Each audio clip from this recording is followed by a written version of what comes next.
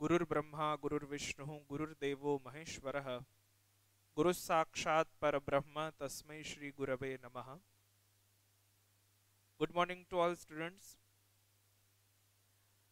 हम सब मिलकर के जब विज्ञान के माध्यम से यहाँ पर हमारे अलग अलग विषयों को पढ़ रहे हैं, तब इस विज्ञान के माध्यम से आज संस्कृत के सेकंड लेक्चर में आप सभी का स्वागत है। हम सब लोगों ने जो फर्स्ट हमारा ऑनलाइन क्लास था उसमें हमने क्लियर किया था कि हम लोग व्याकरण के अलग अलग विषयों को पढ़ रहे हैं। हमने व्याकरण और व्याकरण के अलग अलग पार्ट्स और उनके बारे में थोड़ी समरी और चर्चा करी थी। आज पुनः हम लोग एक नए विषय को लेकर के आज पढ़ाई करेंगे और हम ये समझेंगे कि वास्तव में संस्कृत व्याकरण के अलग अलग जो पार्ट्स है उसमें हमारे सिलेबस में जो कुछ भी है वो हम किस तरह से हमारी संस्कृत को और ज़्यादा बेहतर बनाने के लिए हम प्रयास कर पाए।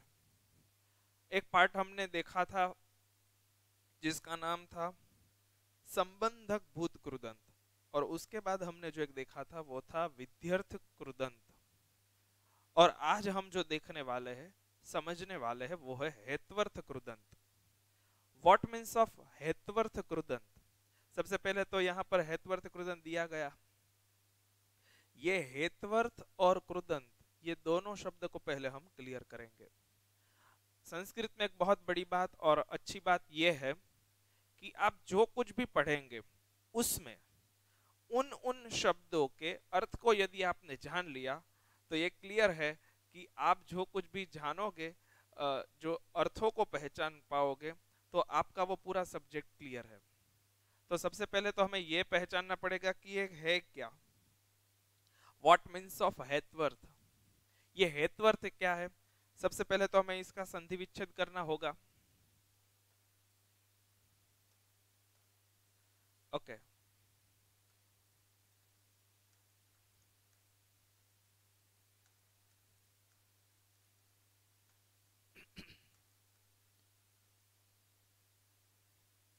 इसकी संधि होती है हेतु प्लस अर्थम।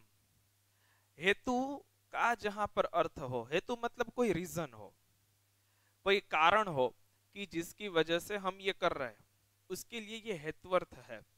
और हेतु के लिए उपयोग में आने वाला जो ये कृदंत है उसे कहेंगे हेत्वर्थ कृदंत। कृदंत का हमने पहले भी किया था कि जहां क्रियापद के पीछे कोई प्रत्यय लगता हो उसे कहते हैं कृदंत। ओके, इस प्रकार कृदंत होता ही है।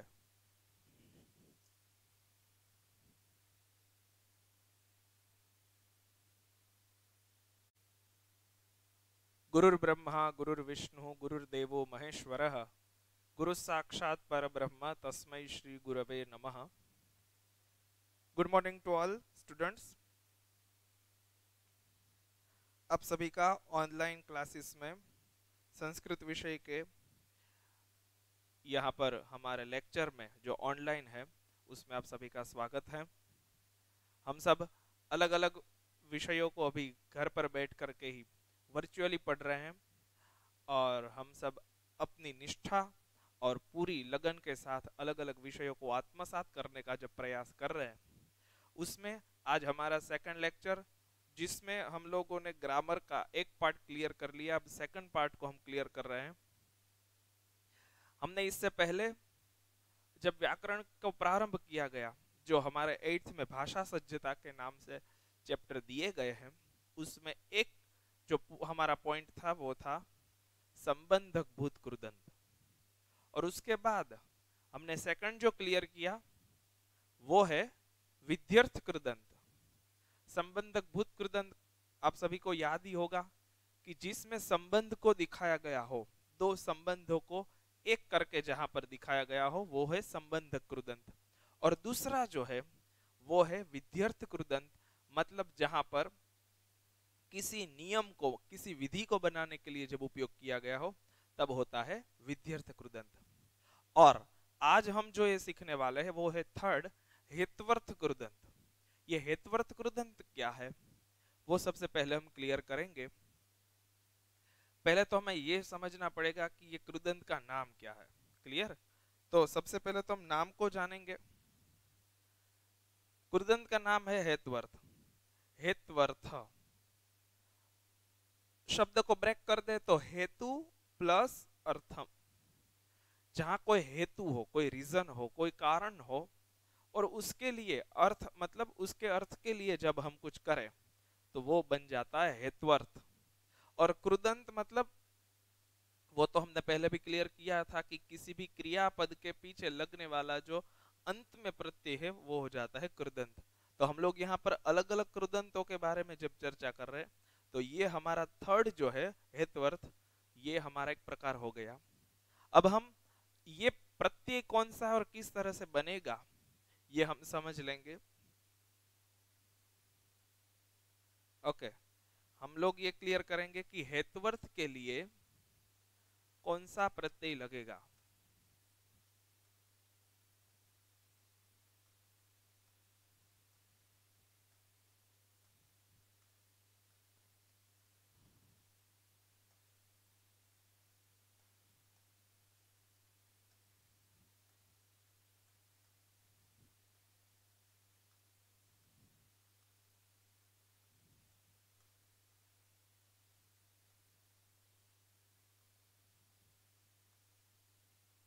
यहाँ पर प्रत्यय है तुमुन। तुमुन प्रत्यय लगने से यहाँ पर अलग अलग हेतवर्थ कृदंत के रूप बन जाएंगे। अब प्रश्न ये उठता है कि संस्कृत में मेन वर्ब फॉर्म को तो हम अलग अलग टेंसेस में पहले तो क्लियर करना सीख लिए, फिर अलग अलग कृदंत भी हम लोगों ने क्लियर किए। अब ये तुमुन वाला प्रत्यय किस तरह से हम जोड़ें। जब हम लोग भूतकाल कर रहे थे तो हम लोग उसमें अलग प्रत्यय को जोड़ रहे थे, फिर जब विध्यर्थ किए तो अलग प्रत्ययों को जोड़ा। उसी प्रकार जब हम ये हेतवर्थ करेंगे तो उसमें अलग प्रत्यय को हम जोड़ेंगे। चलो करते हैं कि किस तरह से ये तुमुन प्रत्यय जोड़ करके हम एक अलग रूप बना पाएंगे। कोई एक एग्जाम्पल लेंगे। सबसे पहला एग्जाम्पल यहाँ पर हम लोग क्लियर करेंगे।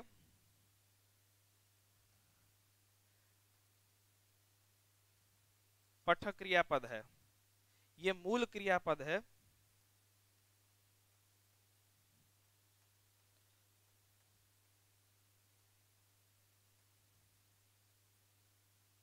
उसमें जब हम ये तुमुन प्रत्यय को ऐड करेंगे तब बन जाएगा पठ प्लस त्वा। ओके, पठ प्लस त्वा जब ऐड हो जाएगा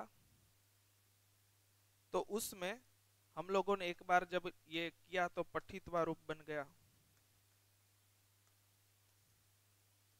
तो ये जब त्वा वाला रूप बन जाता है तो रूप बन जाएगा भूतकृदंत।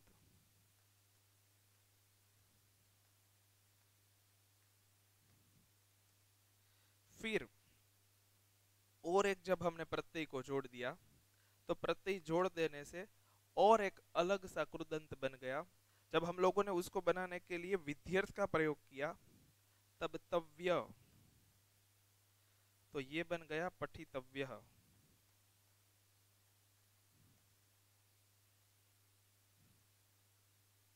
या तो फिर हमने अनियर को जोड़ा,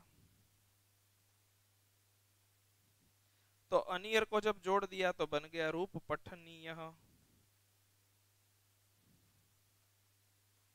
तो ये बन गया विध्यर्थ।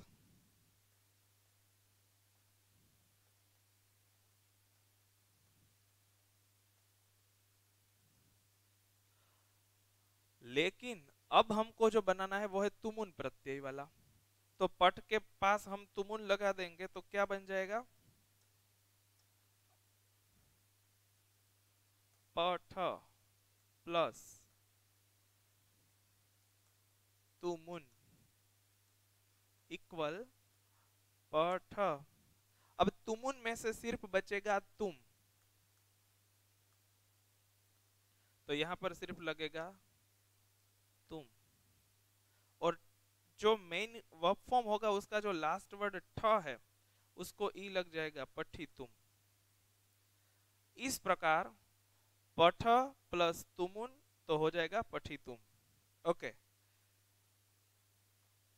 बहुत सारे अलग अलग एग्जाम्पल को हम यहाँ पर क्लियर करेंगे।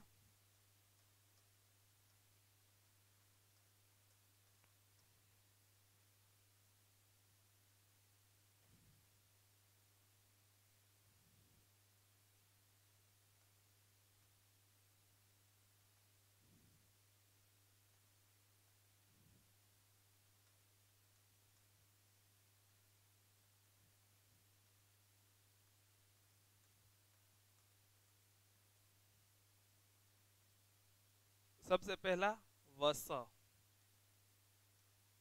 फिर है हस, फिर है क्रीड, फिर है वंद, फिर है लभ। ये 5 हो गए। अब अलग अलग इन क्रियापदों में हम अलग अलग सारे धातुओं में तुमुन प्रत्यय को ऐड करेंगे। चलो अब प्रत्यय को ऐड करते हैं। प्लस तुम। ओके, तो वस प्लस जब तुम हो जाएगा, सभी में जब हम तुम को जोड़ देंगे,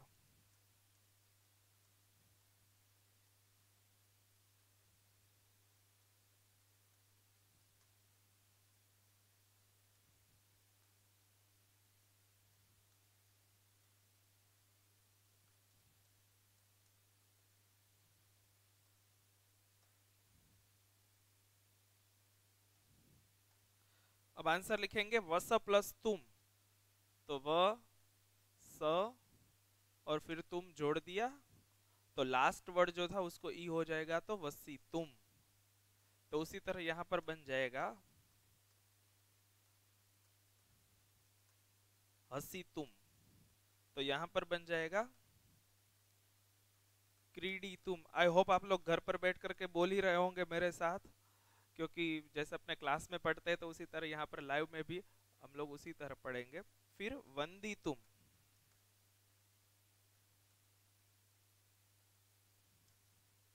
और है लभी तुम।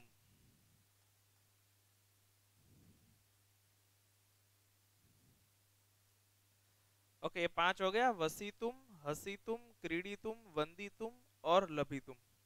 ये 5 अलग अलग क्रियापद जब हम तुमुन प्रत्यय लगा करके बनाएंगे तो ये बन जाएंगे।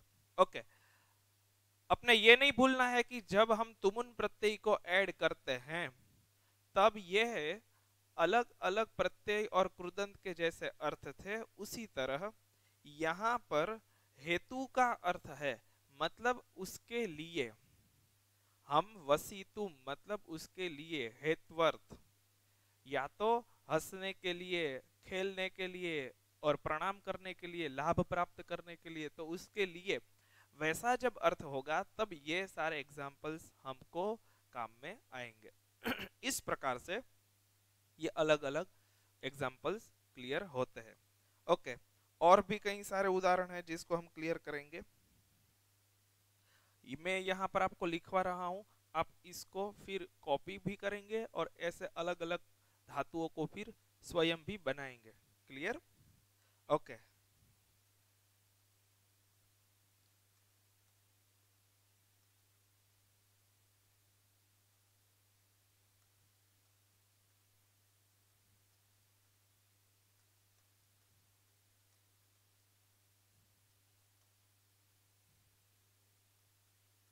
ये 10 अलग अलग क्रियापदों को मैं दे रहा हूं।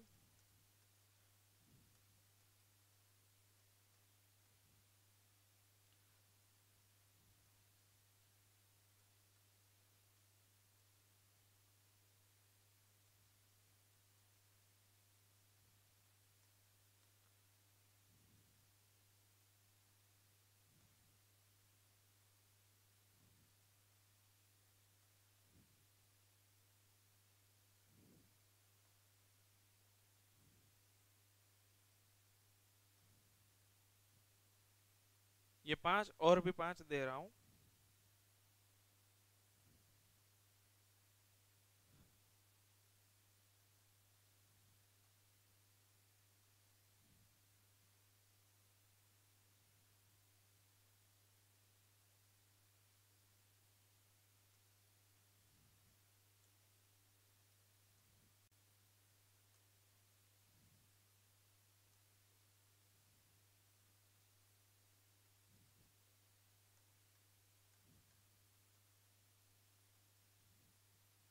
ओके, इसमें से बहुत सारे सिंपल और एक तरह से ही चलने वाले सब है, लेकिन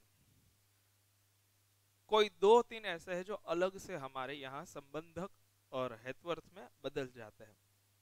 जैसे हेतवर्थ में खाद है तो खादी तुम हो जाएगा, वद है तो वदी तुम या तो वक्तुम, गच्छ है तो गंतुम, रम है तो रंतुम, खेल है तो खेली तुम। यहाँ पर जो नी है उसमें थोड़ा अलग हो जाएगा।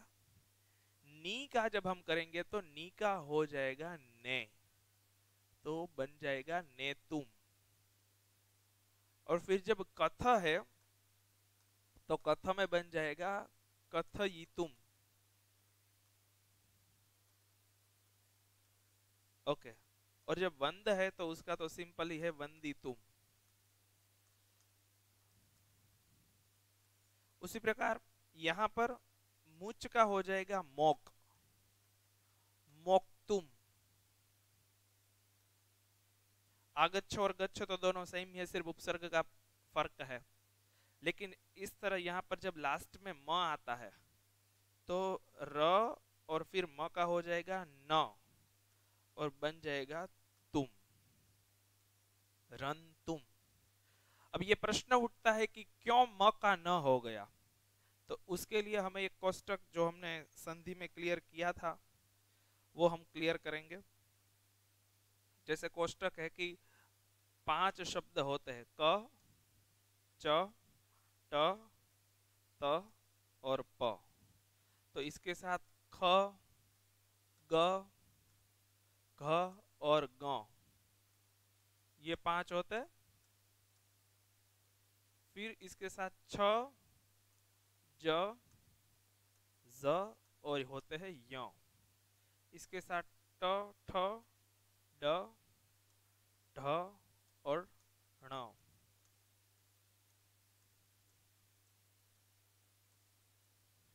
फिर थ, द, ध और न। और यहां पर फ, ब, भ और म।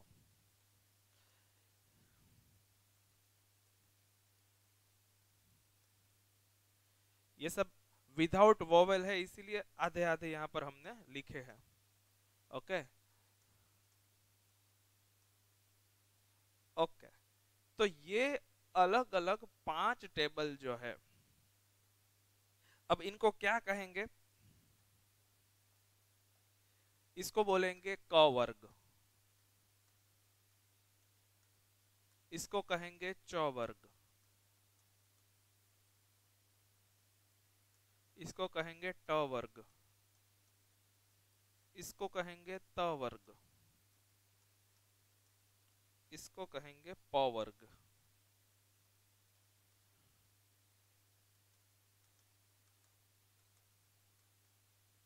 ओके, अब समझने की और एक बात यह है कि कोई भी संधि या तो समास या तो फिर कृदंत हो और प्लस की जब निशानी हो, उसमें आगे मतलब पूर्व पद में कोई शब्द हो और वो भी इनमें से कोई हो और उसके अंत में यदि न लगा हुआ हो या तो फिर अनुस्वार मतलब बिंदी हो, तब सामने वाले अक्षरों को देख करके अनुनासिक स्वर बन जाते हैं। अनुनासिक मतलब अनुस्वार और अनुनासिक, ये 5 है, म, न, ण, य और ग। ओके, तो हमने उदाहरण ये देखा था और उसमें से ये पूरी चर्चा निकली कि हमारा उदाहरण था रम प्लस रम प्लस तुम। ओके, तो लास्ट में न है या तो अनुस्वार है, मतलब रम के पीछे म जो आधा है, रम, तो वही म त को देखते हुए आधा न हो गया। क्यों?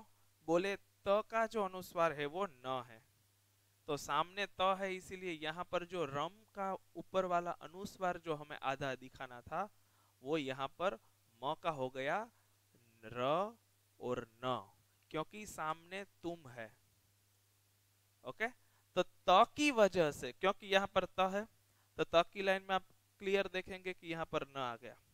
इस प्रकार रंतुम ये वाला शब्द पूरा क्लियर होगा। ओके, तो इस प्रकार से ये अलग अलग होते हैं।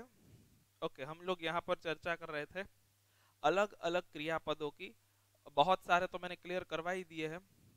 ये सब आपको क्लियर करने जो 5 बाकी रह गए उनको आप करेंगे। उनके अलावा भी मैं आपको दे रहा हूं, आप इनका पहले स्क्रीनशॉट ले लें।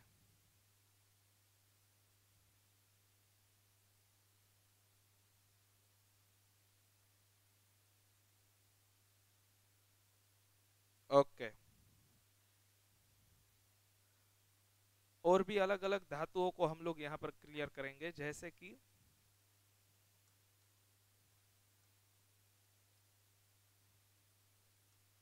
ये सब प्रैक्टिस करनी है हमें अलग अलग क्रियापदों को जोड़ने की।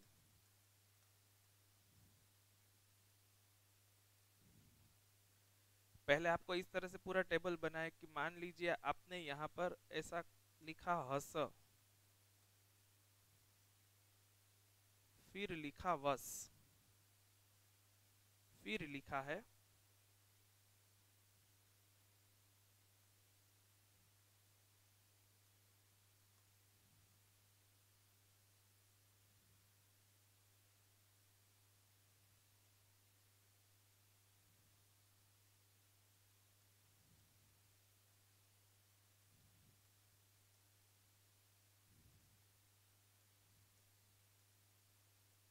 हंसना, रहना, बढ़ना, बोलना, और फिर है मारना।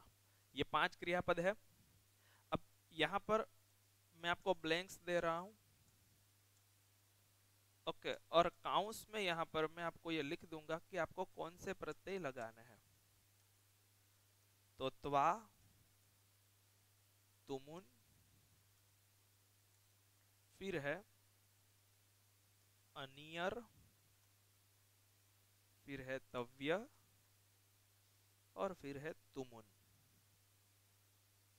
ओके, ये प्रत्यय लगाते हुए आप इन क्रियापदों को अलग अलग बनाएंगे। और फिर और एक काम ये करना है, यहाँ पर ब्लैंक में ये भी लिखना है आपको कि ये कौन सा कृदंत है।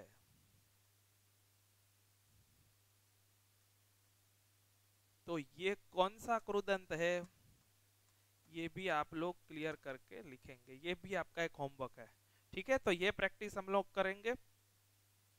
ये पांचों का आप पूरा एक स्क्रीनशॉट ले लीजिए ताकि आप फिर उनको कॉपी कर सके।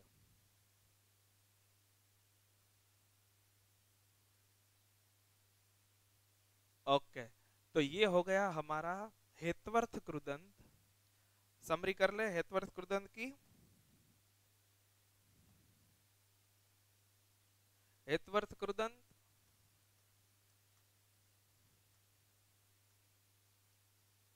जिसमें हेतु प्लस अर्थ, मतलब कोई कारण होना चाहिए, और प्रत्यय हो जाएगा तुमुन।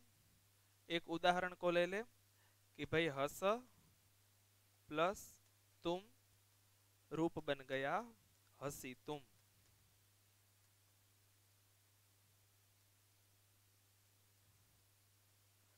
ओके, कोई वाक्य दिया गया है और उसमें से हमको ये निकालना है कि हम कहाँ से कोई एक वाक्य को देखें, जैसे कि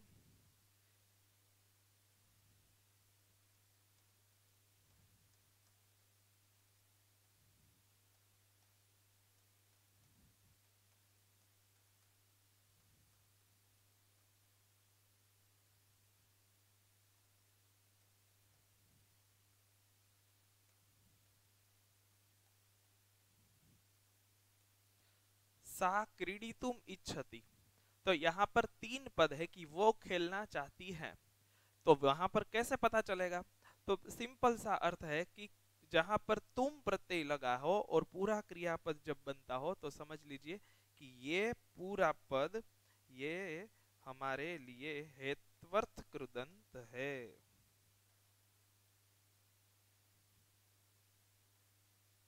ओके, तो ये हो गया हेत्वर्थ कृदंत क्रीडी तुम वाला। क्लियर?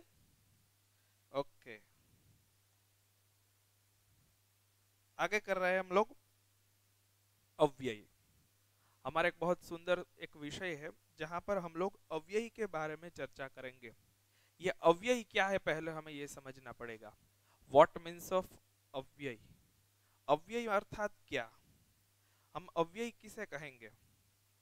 सबसे पहले हमें ये समझना पड़ेगा।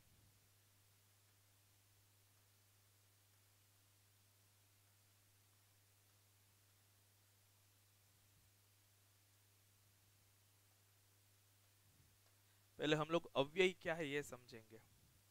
अव्ययी रूप जो स्वयं है वही कह रहा है कि मैं अव्ययी किस तरह से हूं, उसका हम लोग विग्रह करेंगे तो न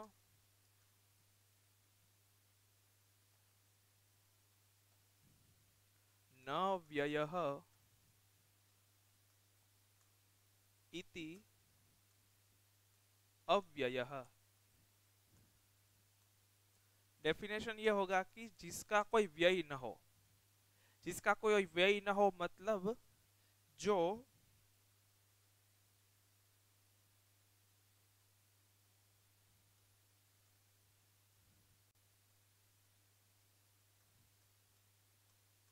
सदृशम त्रिषु लिंगेषु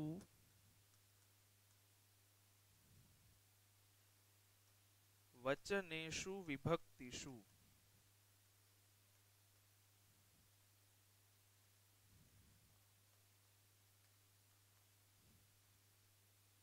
ये इसकी पूरी व्याख्या है कि यहाँ पर एक ही बात है कि जिसका कभी व्यय नहीं होता, मतलब जो सब जगह एक ही तरह से रहता है। सदृशम त्रिषु लिंगेषु, तीनों लिंगों में जो सेम रहता है, वो पुरलिंग हो, स्त्रीलिंग हो, नपुंसकलिंग हो, वो वैसे का वैसा ही रहेगा, वो कभी भी बदलेगा नहीं। दूसरा वचनेषु, उनके कभी भी वचन में भी परिवर्तन नहीं आएगा, मतलब वो एक वचन हो, द्विवचन हो, बहुवचन हो, वो वैसे का वैसे करेगा, उसमें कोई फर्क नहीं पड़ेगा। जो अव्ययी पद होंगे वो पहले हम एग्जाम्पल भी देखेंगे, लेकिन डेफिनेशन समझ लीजिए। और फिर है विभक्तिषु, उनकी कोई विभक्ति नहीं होती, मतलब जैसे first, second, third, fourth, fifth, six, seven, ऐसे हम लोगों ने संबोधन पर्यंत जो अलग अलग शब्द को बनाए हैं, उन शब्दों की तरह यहाँ पर कभी भी अव्ययी के शब्द नहीं बनते, उनकी सेवन केसेस नहीं होते, वो जैसे वैसे के वैसा ही रहता है। ठीक है, तो न व्यय इति अव्ययः, जो कभी भी व्यय नहीं होता। व्यय का अर्थ यही होता है कि जिसमें कोई भी विकृति नहीं होती, मतलब वो कभी भी अलग तरीके से उनका उपयोग नहीं होता, वो जैसे है वैसे के वैसे ही रहते हैं। तो हम लोग ये अलग अलग जो अव्यय है उनके भी प्रयोग सीखेंगे। क्या कहते हैं? ओके, कौन से अव्यय है? तो सबसे पहला है, फर्स्ट इज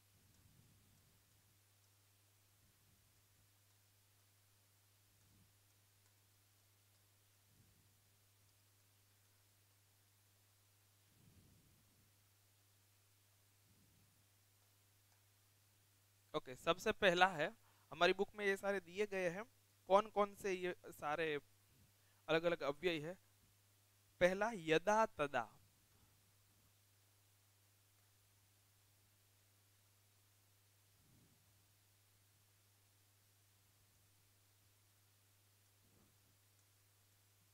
फिर थर्ड है यदि तरही,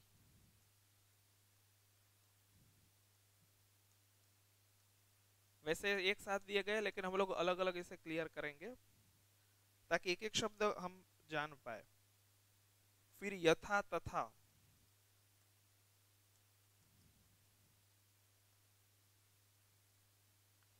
फिर है अत्र तत्र,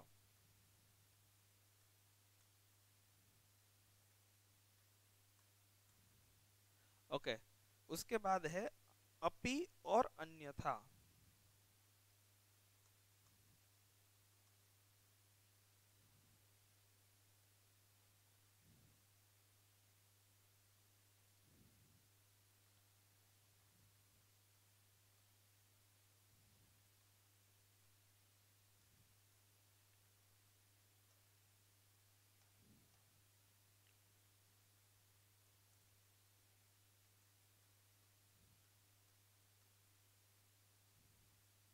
ओके, यदा मीन्स यदा और तदा, मतलब जब तब, व्हेन। Okay, when. ओके, उसके बाद है यदि और तरही। यदि मतलब जब, तरही मतलब तब। तो यदि और तरही, वैसे दोनों अलग अलग शब्द है, दोनों के अलग अलग उपयोग है। इफ और सो। यथा और तथा। यथा मतलब जैसा, तथा मतलब तैसा। तो यथा मतलब एज, तथा मतलब एंड। ओके, उसके बाद है अत्र और तत्र, हियर और देयर।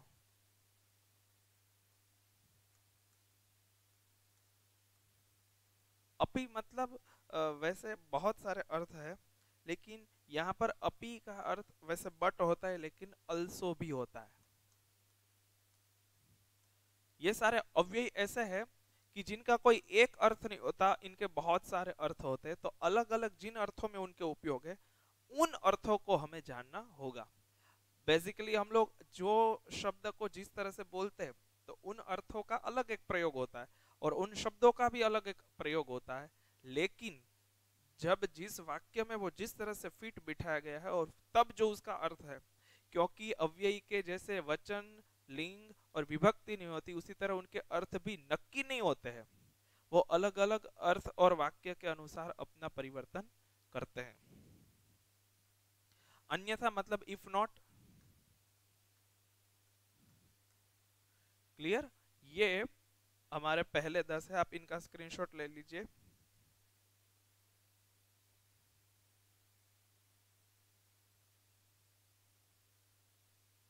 Okay, next. उसके बाद वाले जो है वो भी हम लोग यहाँ पर क्लियर करेंगे। उसके बाद है अधुना, अद्य।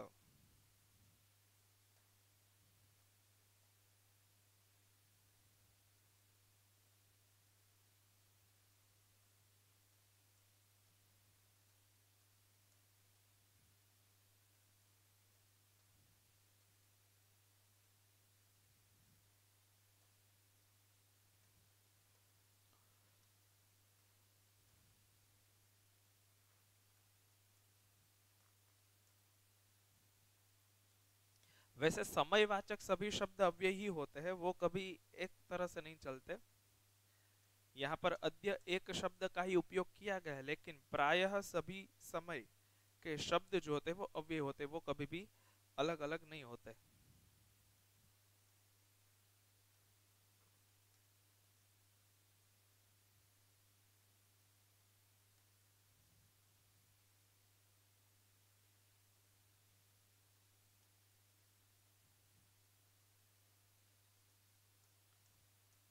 अधुना मतलब अभी। अब अभी जब कहो तब अभी होता है, इसीलिए इनका कभी अर्थ नहीं अलग होता। अधुना मीन्स नाउ, अद्य मीन्स टुडे, वा मीन्स और, सर्वदा मतलब, सर्वदा का अर्थ वैसे बहुत बड़ा है, वो अलग अलग अर्थों में इसका उपयोग होता है। लेकिन हम लोग यहाँ पर सर्वदा का मीन्स कोई समय से नहीं ले रहे, सब जगह से ले रहे, और सभी स्थानों के लिए, सब समय के लिए, सभी चीजों के लिए, सभी व्यक्ति के लिए, इसीलिए ऑलवेज।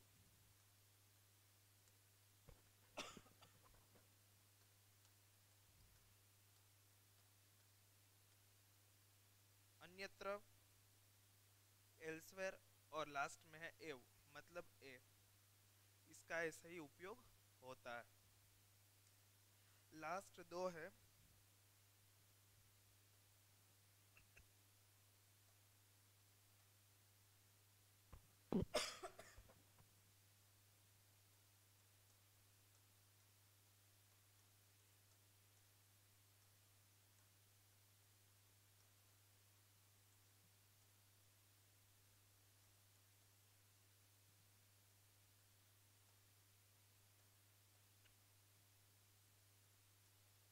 ऊंचे ही लाउडली, नीचे ही स्लोली। तरह से ये दो और मीनिंग है, ऊंचे से बोलना, नीचे से बोलना, ऊंचाई से गिरना, नीचाई से गिरना। तो इस प्रकार अलग अलग शब्द होते हैं, इनका भी आप स्क्रीनशॉट ले लीजिए।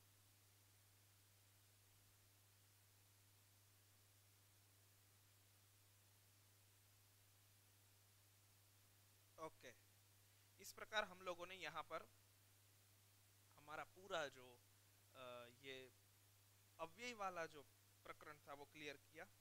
इतने सारे अव्यय होते हैं और अलग अलग अव्यय के अलग अलग वाक्य होते हैं, उनके सेंटेंस होते हैं और वो हमारे यहाँ पर दिया गया है बुक में, भाषा सज्जता की बुक में। हम जब ये अव्यय वाला प्रश्न पूछते हैं तब हमें ये ध्यान रखना है कि हमें ऐसे प्रश्न जब पूछे जाए, टीचर्स जब पूछे या तो एग्जाम में जब ये पूछा जाए, तो हमें क्या ख्याल रखना है। इसमें सिर्फ यही होता है कि इसमें से अव्ययी पद को आप निकालिए। पहले वाक्य से लेकर हम सभी एक एक एग्जाम्पल को देखते हैं। अव्ययी मतलब क्या है, यहाँ पर सिर्फ हमें अव्ययी को अलग से निकाल करके देखना है, या तो अव्ययी का उपयोग तो बहुत कम आता है और वास्तव में हम लोग अव्ययी का कोई अर्थ नहीं होता इसलिए वो अलग अलग जगह पर उसके जोड़ देते हैं, लेकिन अव्ययी कौन से वाक्य में कहाँ है वो हमें सिर्फ अलग करके दिखना है। सबसे पहला है यदा काकाह आहारार्थम गच्छति तदा सर्पः एकम शावकम खादति। जब कौवा खाने के लिए गया तब उसने एक बच्चे को मार दिया और उसे खा लिया। तो जब गया तब, तो जब और तब, यदा तदा।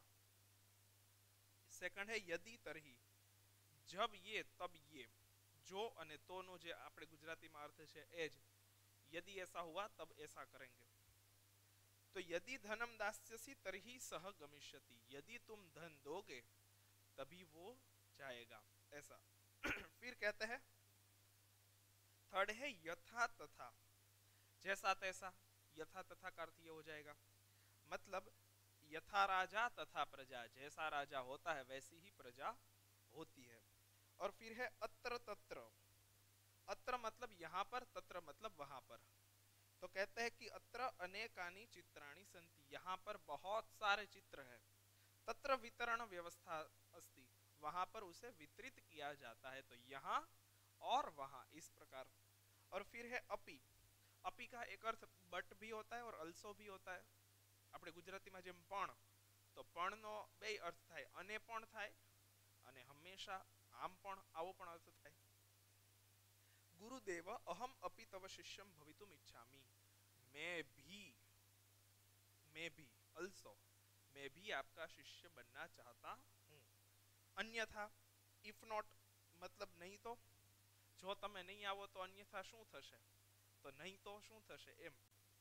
तो इफ नॉट के मीनिंग में नय माम अन्यथा अहम त्वाम खादिष्यामि, आप मुझे ले जाओ नहीं तो मैं आपको खा जाऊंगा, ये भी एक अर्थ हो गया। सेवंथ है अधुना, अधुना मतलब नाव। यहाँ पर कहते हैं कि वयम सुखेन वसामहम, यहाँ पर हम सुख से रह रहे हैं। अधुना मतलब अभी, अभी हम लोग सुख से रहते हैं। एट्थ है अद्य, अद्य मतलब टुडे, आज। श्वः हो तो गत दिन, जो यस्टरडे था, और यह हो तो आने वाला दिन। तो टुडे,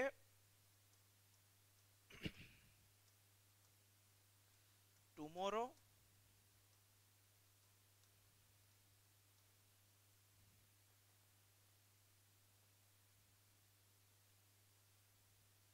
टुडे, उसको कहते हैं अद्य, जो हमारे यहां पर दिया गया। ओके, अब उसके नीचे जो आएगा वो है यह, और उसके ऊपर जो है वो श्वः। तो जो गत दिन है उसे कहेंगे श्वः,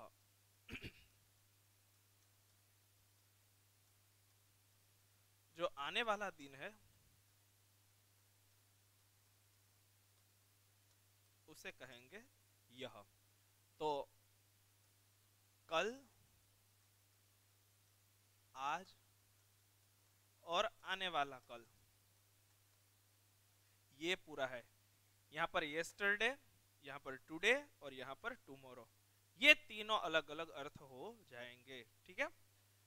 और फिर है वाह, वाह मतलब और, एंड कहते हैं कि नदी जले न कूप जले न वाह, नदी के जल से या तो फिर कुएं के जल से आप पानी लेकर आइए।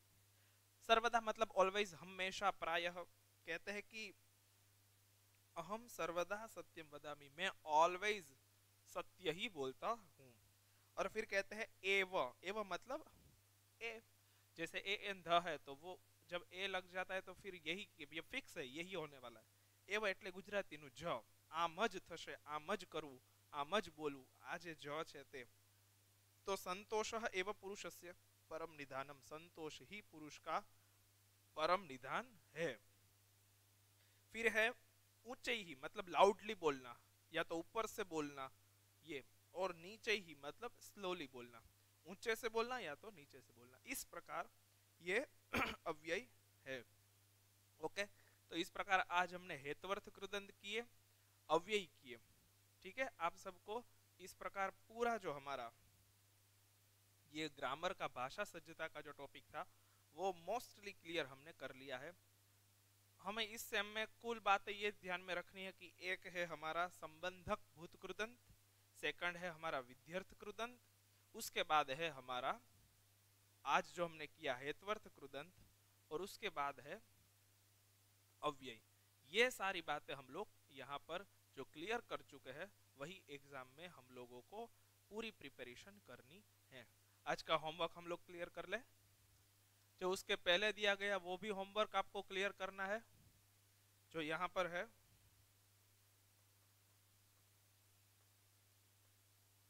ये आपको होमवर्क में करना है एक, और उसके बाद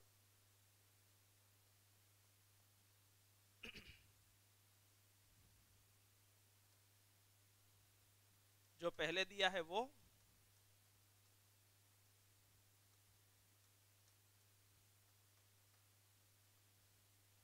पूर्वम दत्तम कर्तव्यम जो पहले दिया वो, और उसके साथ अव्यय पदानी मतलब जितने भी अव्यय करवाए उन सारे अव्ययों को आप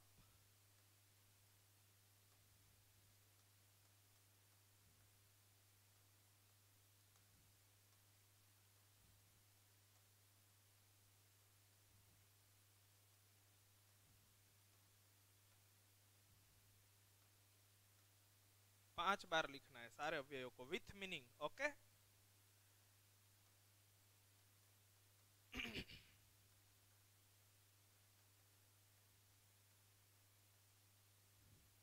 ये आपका होमवर्क है, दोनों अलग अलग होमवर्क है।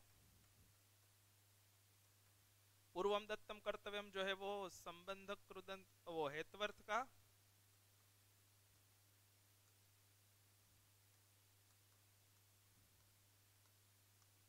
और साथ में ये अव्यय पदानी। ये पूरा होमवर्क आपको क्लियर करना है, आप इसका स्क्रीनशॉट ले लीजिए।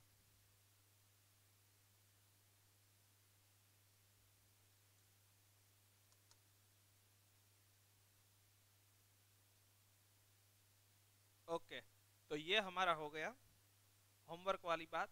इस प्रकार हम लोगों ने यहाँ पर हमारा जो भाषा सज्जता का कार्य था वो संपन्न किया। आगे आपके जो भी डाउट होंगे और वो भी हम लोग क्लियर करेंगे, और साथ में जो हमारा बेसिक और भी जो व्याकरण है वो भी हम लोग क्लियर करेंगे। Okay, thank you.